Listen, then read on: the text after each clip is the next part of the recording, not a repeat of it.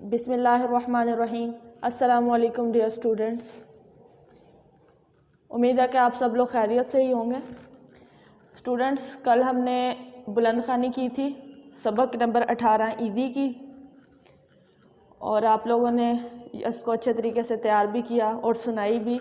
तो आज हमने जो क्लास में काम करना है वो सबक नंबर 18 ईदी की इमला तैयार करनी है हमने। तो आप सब लोगों को पता है, जैसे पिछले चैप्टर्स में हम कर चुके हैं, ख़ास अल्फाज और रीडिंग के बाद एक्सरसाइज में जो ग्रीन बॉक्स होता है उसको हम उन अल्फाज को हमने इमला में तैयार करना है। तो आपने सबसे पहले तो उसको समझना है कि हमने इन अल्फाज को अदा कैसे करना है। जैसे रीडिंग में कल मैंने आप लोगों को सारा बताया था। तो फिर वही बात, जब तक आप इनको अच्छे तरीके से अदा नहीं कर पाएंगे तब तक आपकी इमला बिल्कुल भी ठीक नहीं होगी। तो सबसे पहले इनकी अदायगी अच्छी होनी चाहिए कि किस हर्फ को किस तरह अदा करना है। जब ये आप अच्छे तरीके से समझ लेंगे और अच्छे तरीके से अदा करना सीख लेंगे तब आपकी इमला खुद ब खुद ठीक हो जाएगी। तो सबसे पहले आपने अपनी नज़रें बोर्ड पर ही रखनी है। अच्छे तरीके से समझना है कि मैं लफ्ज़ कैसे बोल रही हूँ, इसको कैसे लिख रही हूँ, ये आपने अच्छे तरीके से समझना है। फिर बाद में आपने इन अल्फाज की रफ़ पर प्रैक्टिस करनी है। रफ़ पर प्रैक्टिस कैसे करनी है, प्रीवियस लेक्चर्स में मैं आप लोगों को बता चुकी हूँ कि सबसे पहले मार्जिन लाइन ड्रॉ करनी है, डेट एंड डे मेंशन करना है, फिर उन्वान लिखना है, उन्वान के बाद नीट एंड क्लीन काम करना है। ये क्यों ऐसे करना है? इस वजह से कि आपका अगर रफ़ काम आप नीट एंड क्लीन करेंगे तो इसी तरह आपका नीट काम भी बहुत ज़्यादा अच्छा होगा, तो राइटिंग में खुद ब खुद इम्प्रूवमेंट आएगी। तो सबसे पहले तो डेट,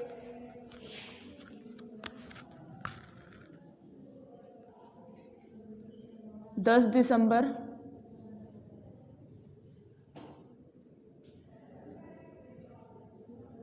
2020, सेंटर में जमात का काम।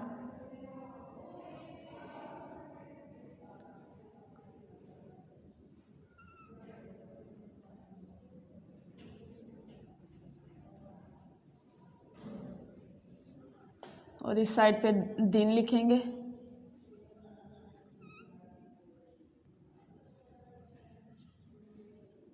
उन्वान, जो कि आज हमने काम करना है।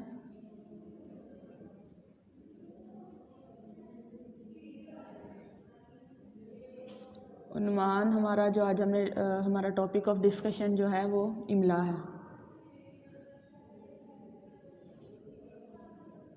ये तो इमला में हमने उन तमाम गलतियों को देखना है कि जो स्टूडेंट्स करते हैं या कर सकते हैं। तो उन गलतियों को कैसे दूर करना है, यही बात हमने सीखनी है। तो सबसे पहले तो यही बात जो हम शुरू दिन से सीखते आ रहे हैं, ज़बर ज़ेर पेश आ ओ ई ए का कॉन्सेप्ट आपका क्लियर होना चाहिए।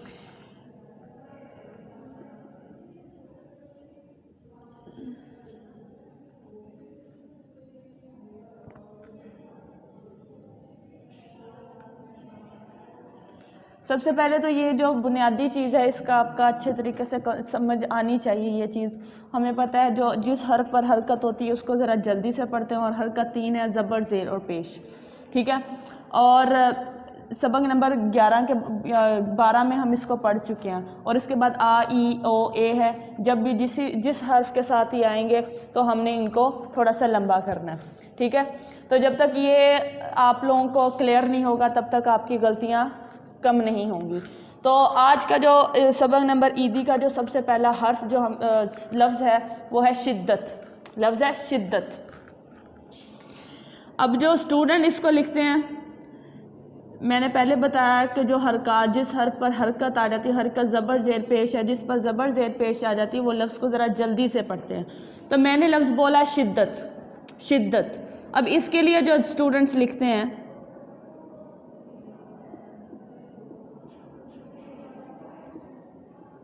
एक तो ये लिख दिया, ज़ेर की जगह ई बना दिया, ये शिद्दत की बजाय शिद्दत बन गया।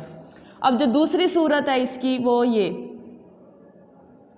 ई तो नहीं लिखा लेकिन दाल को 2 बना दिया, शिद्दत। और हमें पता है जब एक जैसे दो हर्फ एक जैसे एक ही लफ्ज़ के अंदर आ जाएं, उन 2 को 1 बनाते हैं और उसके ऊपर ये तशदीद लगा देते हैं। तो सही लफ्ज़ क्या हुआ?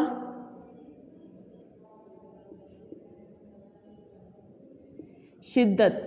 दो दाल थे, एक ही लफ्ज़ में आ गए, तो दाल को एक किया और उसके ऊपर हमने एक टोपी बना दी जिसको तशदीद बोलते हैं। तो सही लफ्ज़ हमारे पास ये भी गलत है, ये भी गलत है, इस वजह से है कि दाल को 2 दफ़ा लिख दिया, और ये इस वजह से गलत है कि ज़ेर की जगह हमने ई बना दिया।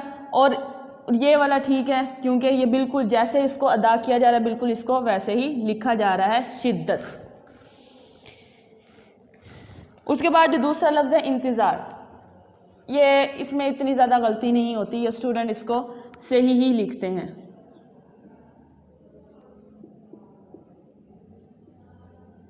इंतज़ार, इंतज़ार, ताकि नीचे ज़ेर होगी। आ गया तर्स, इसमें भी स्टूडेंट कोई गलती नहीं करते, इसको भी बिल्कुल ठीक लिखते हैं। आ गया परेशान, परेशान, ए को अलग कर देते हैं और शान को अलग लिख देते हैं। परेशान को ये बना दिया परेशान।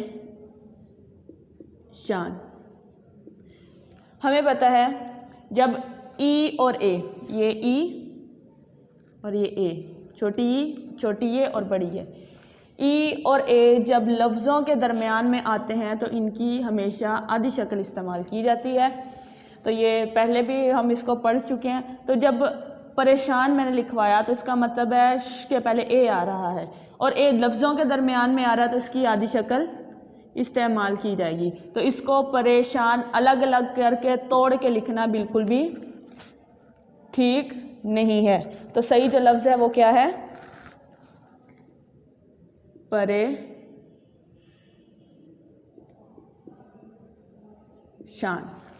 परेशान, परेशान, परेशान, परेशान। ठीक है।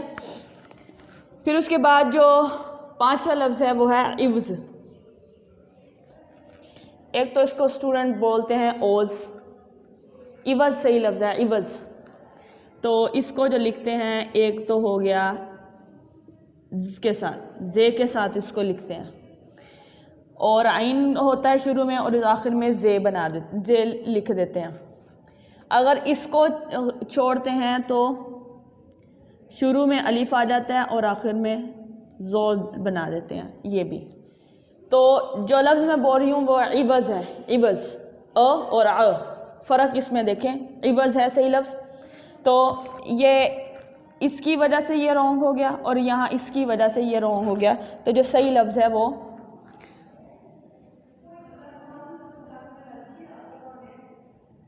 इवज़ है, सही लफ्ज़ है इवज़, ज़ो के साथ, शुरू में अ और आखिर में ज़ो। सही लफ्ज़ क्या है? इवज़। फिर उसके बाद ग्रीन बॉक्स में आ जाए। छठा लफ्ज़ जो है ग्रीन बॉक्स में वो है ईद, ईद सही लफ्ज़ है, ईद, ईद। अब इसमें भी कई स्टूडेंट दोबारा से वही मिस्टेक करते हैं, ये वाले ई आ गया, ईद आ रहा है, ई को अलग से लिख दिया और दाल को अलग से लिख दिया, द को अलग से राइट कर दिया। वही बात जब ई और ए लफ्ज़ों के दरमियान में आते हैं तो उनकी आधी शक्ल इस्तेमाल की जाती है। तो इस अलग लिखने की वजह से ये लफ्ज़ क्या हो गया? रॉन्ग हो गया। तो सही लफ्ज़ क्या है? ईद। सही लफ्ज़ क्या है? ईद। क्यों? क्योंकि ईद लफ्ज़ों के दरमियान में आ गया तो वो आधी शक्ल लिखी जाएगी और इसको दाल के साथ मिला दिया जाएगा। और जो दूसरी बड़ी बात जो लिखने में करते हैं वही बात शुरू में भी बताई कि ये जो दाल और ये जाल और ये तीन है ना, ये जब अकेले लिखे जाते हैं तो इनकी ये शक्ल होती है, लेकिन ये जब लफ्ज़ों के दरमियान में या लफ्ज़ों के साथ इस्तेमाल किए जाते हैं तब इनकी शक्ल जो होती है, जो इनकी फॉर्मेशन वो होती है, वर्ड की तरह हो जाती है। अब इसमें भी जो गलती करते हैं स्टूडेंट, इसको ऐसी तरह लिख देते हैं। डियर स्टूडेंट्स, तो मैं बात कर रही थी ये दाल और दाल की इन तीन चीज़ों की इन तीन हरूफ की फॉर्मेशन की मैं बात कर रही थी। मैं आप लोगों को ये बता रही थी कि जब ये अलग से आएंगे तो ये इसी तरह लिखेंगे, तो यानी थोड़ा सा इनके दरमियान में यानी इनको लिखते हुए थोड़ा सा इनमें खम होगा, लेकिन जब ये लफ्ज़ों के दरमियान में आएंगे तो इसको ये चीज़ नहीं होगी, ये इस तरह नहीं लिखेंगे। मैं दोबारा से आपके सामने लिखती हूँ, इसको ज़रा दोबारा से नोट कीजिए। इस तरह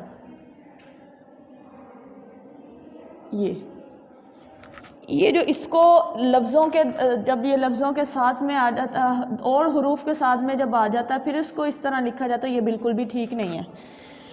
तो दोबारा से बता रही हूँ कि जब ये दाल, जाल और डाल जब ये लफ्ज़ों के दरमियान में आ जाते हैं या और हुरूफ के साथ मिलकर आते हैं तो इनकी जो फॉर्मेशन होती है, जो इनकी जो शक्ल होती है वो ड़ की तरह हो जाती है, ये इस तरह इनकी हो जाती है शक्ल। तो ईद को इस तरह लिखना गलत है, जो सही होगा वो ये वाला होगा ईद, ठीक है। अब इसके बाद बाकी हुरूफ, बाकी अल्फाज दे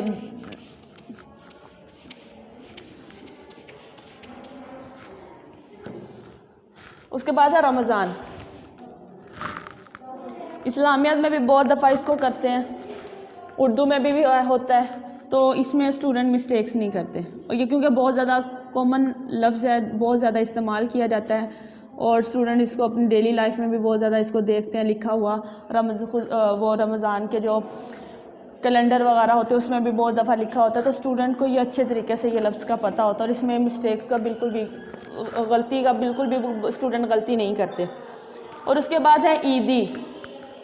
ईद लफ्ज़ की तरह ईदी को भी गलत ही लिख दिया जाता है, वही बिल्कुल ई को अलग और ये दी को अलग लिख दिया जाता है। अब वही बात, ई और ए जब लफ्ज़ों के दरमियान में आएंगे तो उनकी आदि शक्ल इस्तेमाल की जाएगी। तो इस ई को लफ्ज़ों में दरमियान में आने की वजह से, पूरा लिखने की वजह से ये जो ईदी है ये गलत हो गया, ठीक है। तो दोबारा से ई और ए जब लफ्ज़ों के दरमियान में आएंगे तो उनकी आदि शक्ल इस्तेमाल की जाएगी, और जब इसको ईदी को लिखेंगे तो दाल की फॉर्मेशन का भी ख़ास ख्याल रखना है कि ये लफ्ज़ों के दरमियान में आ रहा है, तो जब लफ्ज़ों के दरमियान में दाल आएगा तो उसकी क्या फॉर्मेशन होगी, अभी ही मैंने इसको आपको बताया है।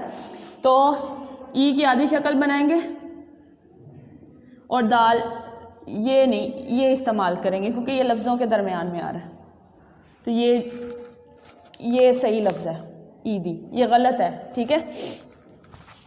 इसके बाद है दुकान, वही ज़बर ज़ेर पेश आ ई ओ ए, जिस हर्फ पर हरकत होगी उसको ज़रा जल्दी से पढ़ेंगे और जिसके साथ आ ई ओ ए यानी अलीफ, छोटी ए, वाव और बड़ी ए आएंगे तो उनको ज़रा उन हरूफ को थोड़ा सा लंबा करेंगे, ठीक है। तो हमारे पास जो लफ्ज़ है जो मैंने अभी बोला है वो है दुकान।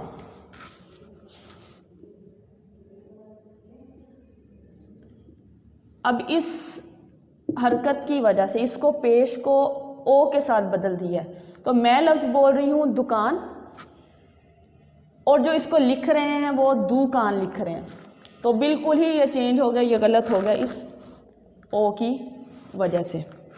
तो ये सही लफ्ज़ है वो इस पेश के साथ है, तो वो सही लफ्ज़ है दुकान। पहले भी मैंने यही बात बताई है, जब तक आपकी अदायगी दुरुस्त नहीं होगी तब तक आपकी इमला में जितनी भी गलतियाँ होती हैं वो ख़त्म नहीं होंगी। इसके बाद है खिलौना। खिलौना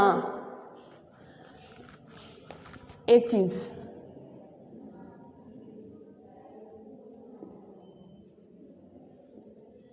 एक ये चीज़, ये लिखा,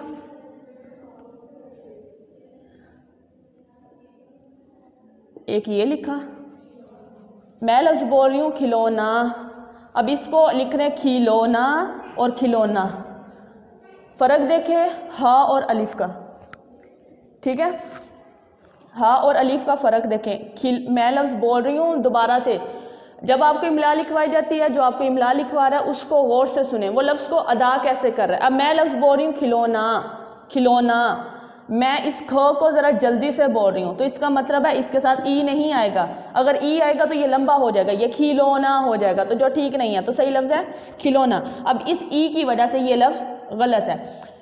आखिर में मैं नून को लंबा कर रही हूँ तो इसका मतलब है इसके साथ आ आएगा, तो ये लफ्ज़ खिलौना नहीं होगा, खिलौना होगा, तो इस हा की वजह से ये लफ्ज़ गलत है। तो जो सही लफ्ज़ है वो है खिलौना।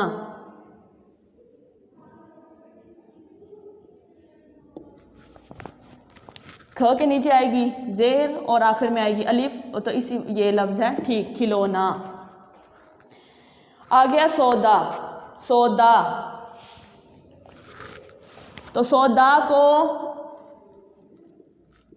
सौदा लिखना, क्योंकि टीचर आ के साथ सौदा द को लंबा कर रही है तो इसका मतलब इसके साथ अलिफ आएगा, तो ये सौदा नहीं होगा, ये सौदा होगा। तो यही लफ्ज़ ठीक है।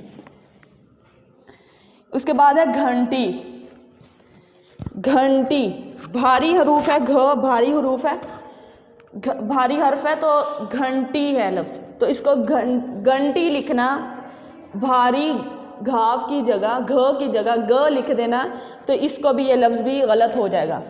तो लफ्ज़ है घंटी और घंटी की जगह घंटी लिख देना, घ की जगह ग लिख देना, भारी की जगह बारीक लिख देना, तो ये भी गलत हो जाएगा।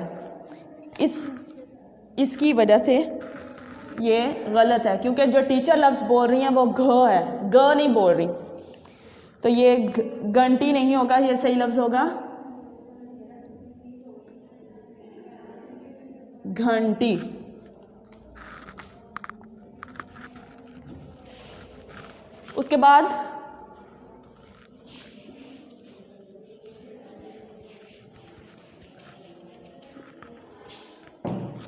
उसके बाद जो लफ्ज़ है वो है दरवाज़ा, दरवाज़ा, दरवाज़ा। आखिर में हा की आवाज़ आएगी, अलिफ की नहीं होगी, दोबारा से गौर कीजिए, दरवाज़ा। तो इसको आ के साथ लिखना दरवाज़ा, दरवाज़ा, इसको लिखना ह की जगह अलिफ बना देना, तो ये लफ्ज़ भी गलत हो जाएगा। इस तरह आपके पॉइंट 2 कट जाएंगे। तो ये सही लफ्ज़ क्या है? दरवाज़ा, दरवाज़ा। आखिर लफ्ज़ है नीला, वही ईद की तरह, ईदी की तरह, नीला अलग अलग लिख दिया, नीला, नीला अलग अलग लिख दिया, इसको ज़रा इस तरह, वही ई और ए जब लफ्ज़ों के दरमियान में आते हैं तो इनकी आधी शक्ल इस्तेमाल की जाती है। तो इस ई को पूरा लिखने की वजह से और इल के साथ ना मिलाने की वजह से ये जो लफ्ज़ है ये सारा गलत हो गया। तो जो सही लफ्ज़ है वो है नीला, नीला, नीला। ई लफ्ज़ों के दरमियान में आया, इसकी आधी शक्ल होगी और ये ठीक होगा। तो ये थे ग्रीन बॉक्स के अल्फाज और ख़ास अल्फाज जो हमने इनको डिस्कस किया। जो जो गलतियाँ होने का ख़दशा था वो सारी मैंने आपको बता दी कि आप लोगों ने अब ये गलतियाँ बिल्कुल भी नहीं करनी। अब आप ही के सामने मैं साथ साथ उन अल्फाज को बोलूँगी और आप लिखूँगी, इससे बहुत ज़्यादा एक तो अच्छे से अदायगी आप कर लेंगे, दूसरा आपको अच्छे से ये याद भी हो जाएंगे और इंशाल्लाह आप बिल्कुल भी गलती नहीं करेंगे। तो सबसे पहले लफ्ज़ है शिद्दत।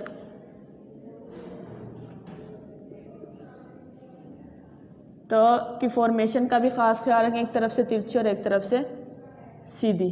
शिद्दत, इंतज़ार,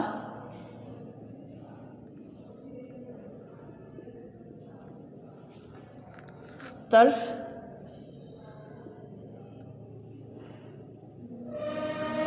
परेशान,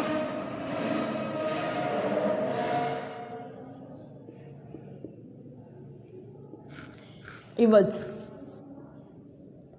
अगर आप अपनी बुक पर इसका एराब लगा लें तो अदायगी में भी आपको आसानी रहेगी। उसके बाद है ईद,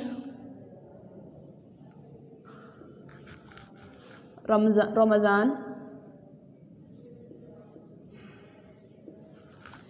ईदी,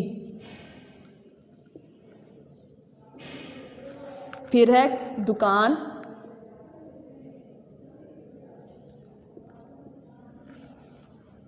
खिलौना,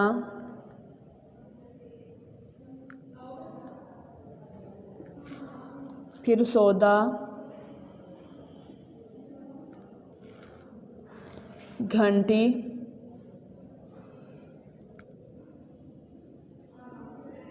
और आखिरी उसके बाद है दरवाज़ा,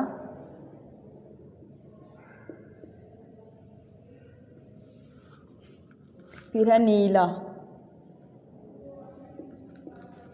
ये सारे अल्फाज हैं सबक ईदी, सबक नंबर 18 ईदी के, जो आपने इमला के लिए तैयार करने हैं। बहुत थोड़े से हैं, अच्छे तरीके से करना है, इसको हमने अच्छे तरीके से समझ भी लिया है। तो अब मेरा नहीं ख्याल में अब आप इसमें कोई गलती की गुंजाइश है या इसमें आप कोई गलती करेंगे, तो इसकी प्रैक्टिस करनी है, बार बार करनी है, अभी क्लास में भी करनी है, और उसमें आपने कोशिश करनी है कि घर में भी अगर थोड़ा सा टाइम मिल जाए तो घर में भी करें, ठीक है। लेकिन आपने क्लास में ही करनी, ज़्यादा कोशिश यही करनी कि आपने भी मेरे सामने क्लास में इसकी प्रैक्टिस करनी है, ताकि अगर कोई गलती वगैरह हो तो मैं आपको प्रॉपर इसके बारे में गाइड कर सकूं, ठीक है। और अगर कोई गलती हो जाए तो उसको छोड़ नहीं देना, बल्कि उसको 5 से 10 टाइम प्रैक्टिस करनी है, ताकि आइंदा वो गलती ना हो।